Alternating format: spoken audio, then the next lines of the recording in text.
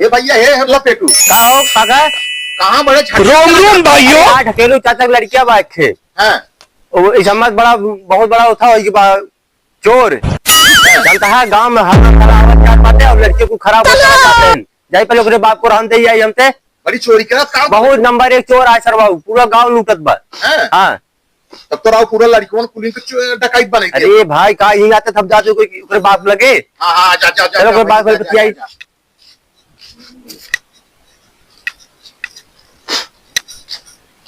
का ढकेल जाता है का भैया का हाल चाल बा ठीक बा। बताइए तो लड़कियों जोन बा बहुत बड़ा चोर हो चुका बा का चोर होगी? पूरा हमारे गांव लड़किया के हमें लड़किया पूरा चोरी सिखाई न बुलावा काका आप लड़कियों के लड़की बा बोलावत है पहले बताऊ बा। पहले बैठ गया भैया बोला ये कहाँ जाते हैं? जाते 15 लाख रुपये जमा कर। हाँ बैंक पे जाते ही। जाते हैं हाँ बैंक पे दिखाओ और हाल लेके आइए। ए भैया अरे अपने साथवा हम हाँ अब तो कल ही 20 लाख जमा के है 15 लाख आज चोरी के लेके आए, आज वो जमा करे जाते।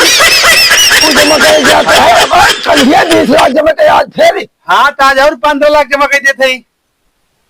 जे छजे हाँ हम जाते जमा कर देते।